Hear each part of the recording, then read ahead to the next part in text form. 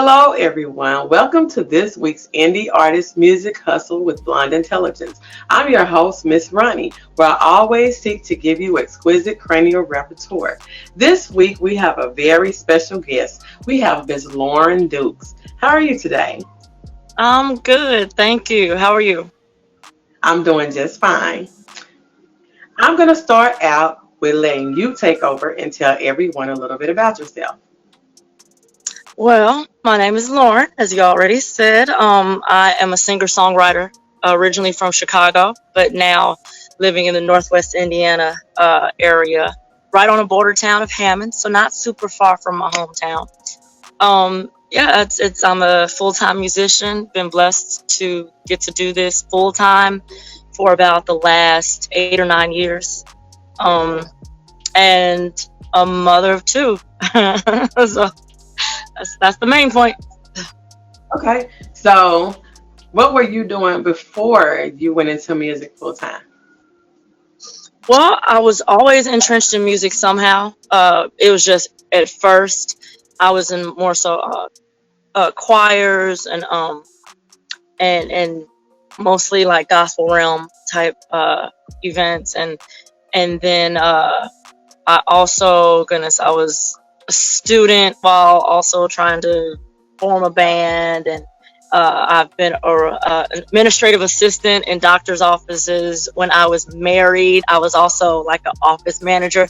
So I had mostly administrative roles when I wasn't being a full-time musician, but it was always, ever since the age of 4, whatever I was doing, be it being a student or having some other job, music was always there too. Okay. Well, do you think having a background in clerical work and being administrative assistants and different things like that, do you think that that has aided in your success as an artist on knowing the business side of music? Um, it maybe helped like organizations, keeping events, clients, the communication with them, um, but not necessarily the musical business side. I have a bunch of friends and colleagues that go to whole, schools, be it Columbia or DePaul, when they go to creative arts or creative driven schools that have those business classes, because I think I'm horrible at that part.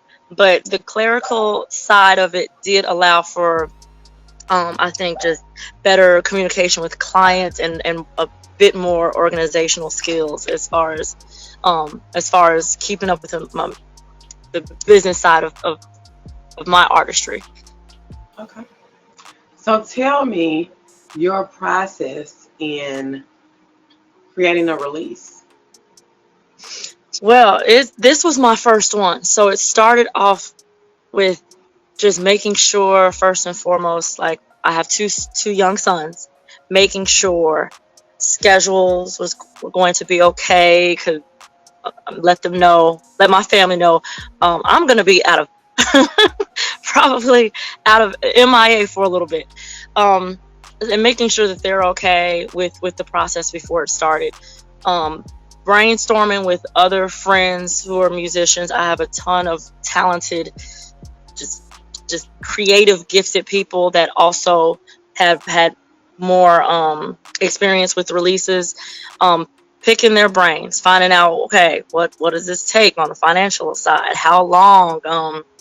Just trying to go into it with as much information as possible, being that this was my first one. Um, and then I already had my songs written, so that at least the harder part was already done. After working with the talented people in my band, my producer and drummer Andy Sutton, and the guitarist, and also he helped arrange my songs, because I did the lyrics and gave them basically the foundation of what the melodies will be and maybe like chord progressions, but they took them and breathed new life into them. So after everything was recorded, which is the tedious part, that took about a year and a half, due to the COVID shutdown. But after that, then yeah, the producer, he went to work with like, okay, this is what we imagined for the release. This is our timeline. Um, Seeing who else wanted to be involved, getting sponsors, and it seemed like after the EP was actually in the can and finished and mastered and mixed, then it seemed like the last couple of months just really blew by. I haven't felt like I've slept since February, really. Okay, so tell me this. How did you get to the point of trusting someone else with your music when you said the producers that you had made it better? Because some, not all, I would say independent artists are very overprotective of their music. So, how was it, and how did you get to the point of allowing someone else to work on something that you have worked on? Well, I operate so much off feel. If something doesn't feel right, if something isn't giving you a good vibe, and I'm sure, your listeners and audience and you being creative type, you get what that means. It's a portion of your brain, but so much more of your heart and soul. If something doesn't feel right, you just tend to not want to move in that direction. And also, I noticed with Andy Sutton, with the producer I ended up going with, um, everyone else, things didn't quite come into fruition as fluid or as quickly as when it was right, when you had the right people, when you had the right musicians, when you had the right, um, a wonderful musician and producer in Memphis, uh, directed us to who ended up ultimately mastering it. Just everything, after you got the right people, after everything felt right, it flowed. There were no obstacles and barriers once you had that right people. But how I ended up, because you're right, being very protective. I had the songs written over like 8 years ago, um and it just didn't feel right with anybody else. um and so I didn't do anything with them. And then prayer, a lot of a lot of prayer. I don't want to get all religious on here, but it's I can't make a move if I feel like God really isn't saying, okay, it's the time to make the move on this. this Okay, this so person is a good person. It's just, yeah, everyone I chose to work with, they have such welcoming, ethical vibes about them, and they're all beasts at what they do, that it just went off feel, and thank God it was right. so is that one of the reasons why you have been a full-time musician artist for 9 years, but you are just now releasing your first project? Is it because of that, or why did it take you 9 years to decide to release a solo project? Well, not a solo project, but a project. it I talked to other people and know, and it's not that anyone else was less talented. It was just, it didn't feel right, and I didn't feel like I had the green light. And now my sons they're still young, but they're older. I have an 8 and a 10 year old. Before, when I wrote the songs, I had a toddler and and a brand new baby, still had new car smell on them. What? So so it just, practically, it it's not that it can't be done. Women are great multitaskers. Women have to, and especially moms, have to be able to run households and maneuver. So it's not that it couldn't be done, but I just felt it would be easier if they are older. I didn't feel like the band that I originally wrote it with, that when I was writing the songs, the band that I was playing with then, I didn't think then that they were very interested in or serious about recording then. There was a lot of growth on all of our parts, and I didn't see that at that time it would have been right with them. Um, a few of them have gone on to like form other bands and record with them, but that was also years down the line. So, um, yeah, just it didn't feel right. And talking to other, when I did speak with some other maybe like Chicago producers, they wanted to change way too much of it. Um, and it's not that I have like I don't really think of myself as a brand or anything, but if someone is proposing something that sounds like the antithesis of me, I just if even if it's a good idea, it won't be a good idea for me. So I'll let someone else do that one. It was Okay. yeah. So I ask this question a lot, and I'm going to ask you, what special seasoning do you as an artist put on your chosen genre? On my chosen what? Genre. Uh, I don't think of myself as a genre artist. Um, Tell me what you multi think. multi genre. I think though any artist in whichever they choose, or if they choose to be kind of all over the place and um, as I call it, musically promiscuous, then that main seasoning, I think that it's something that can't be taught, but it is definitely something that you can that anybody, whether they be a musician or not, or just a music But appreciator, I want to can know what say. you bring. Oh, what I bring? Okay, feeling, emotion. So, regardless of what I sing, regardless of what genre it is, I want to convey my full self in any note, any word, any lyric, be it mine or if I'm covering an artist. Is that I think that's what's kept me booked, is because people know she means this, she loves this, she loves it's that love for it. And I think my heart being in the right place for it. I don't do this for accolades, I don't do it for riches and fame. I Hmm. do it because, and I think what I bring to it, that is that you can sense that desire, maybe that anointing, that this person is doing exactly what God put her on this earth to do. Hmm. So, and a love for people into it. I bring a love for um what it is I'm blessed to do, an appreciation, I guess you can say it is. Like I don't take this for granted. It's a blessing to be able to be a full-time musician, and it's really hard. And a joke amongst a lot of my musician friends is like, oh, I have tens of dollars. So it's not like we're doing this to get.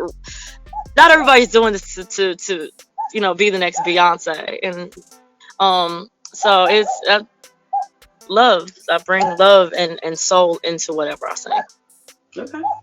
So tell me about your project.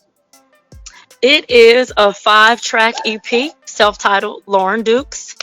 Um, I did originally want to call it Controlled Chaos because a lot of my songs, I'll have one that sounds like hip hop, one that sounds like R&B, one that sounds neo soul, one that sounds jazz, one that sounds folk, one that sounds Latin. So it was so much, but we ended up choosing like the five that we ended up choosing to go on the project ended up kind of being more in like an R&B, neo soul, jazz fusion lane.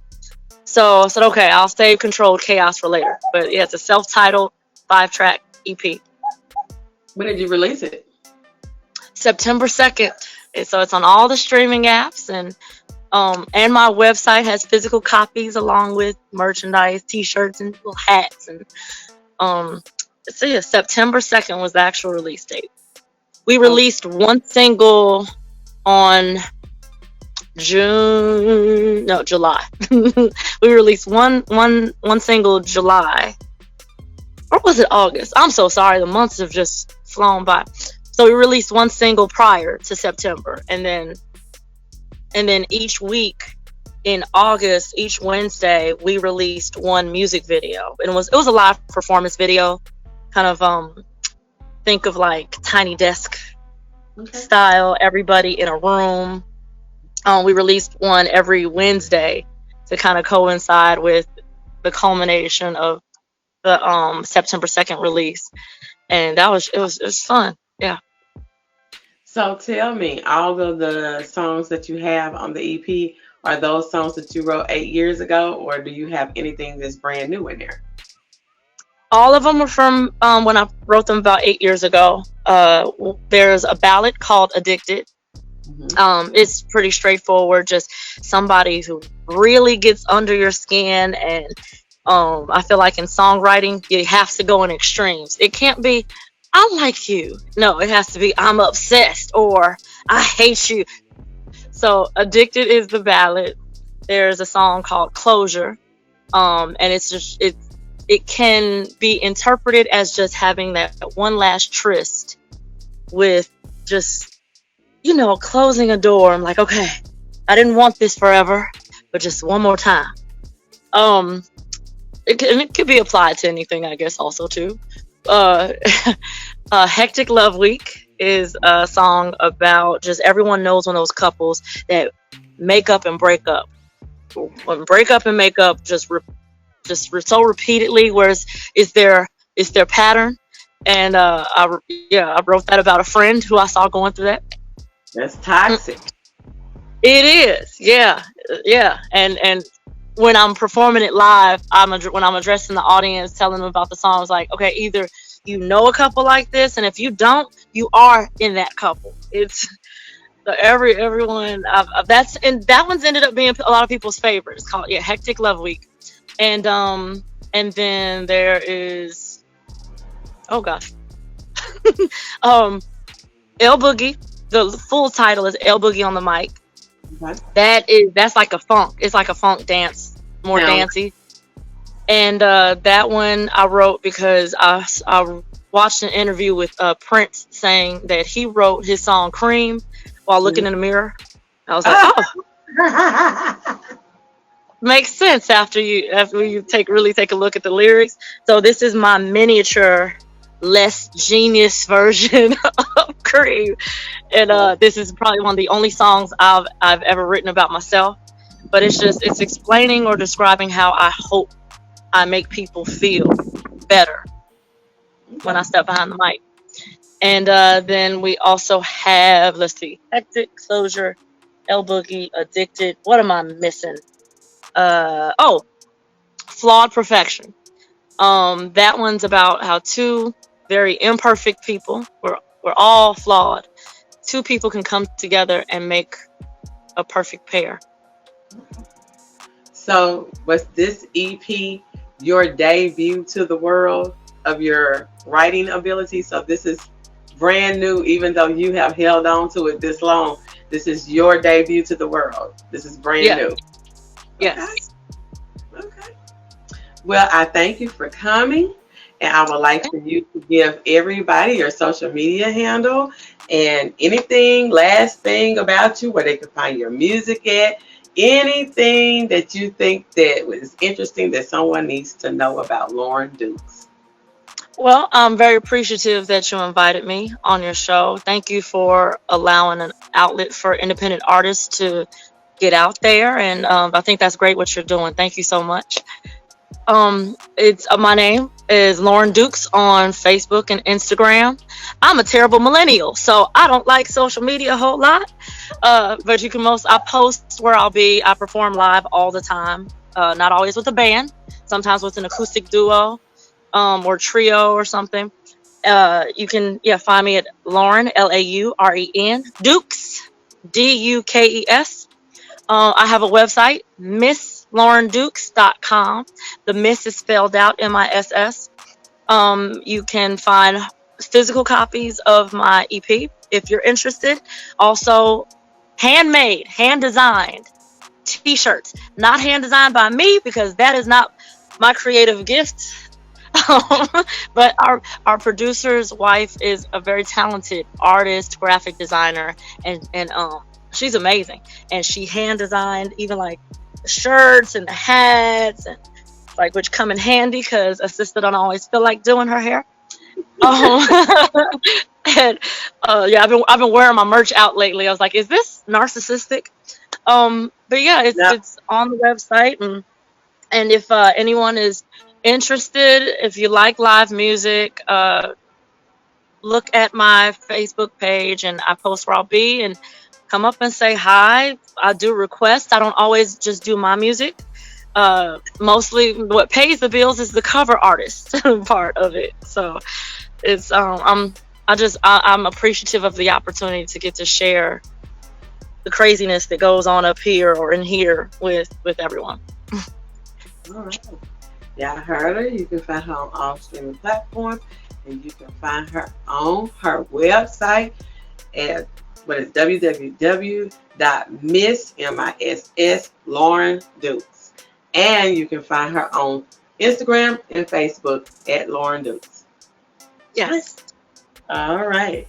You can find us on all podcasting platforms, on YouTube, Instagram, Facebook, and on the blog. Bye.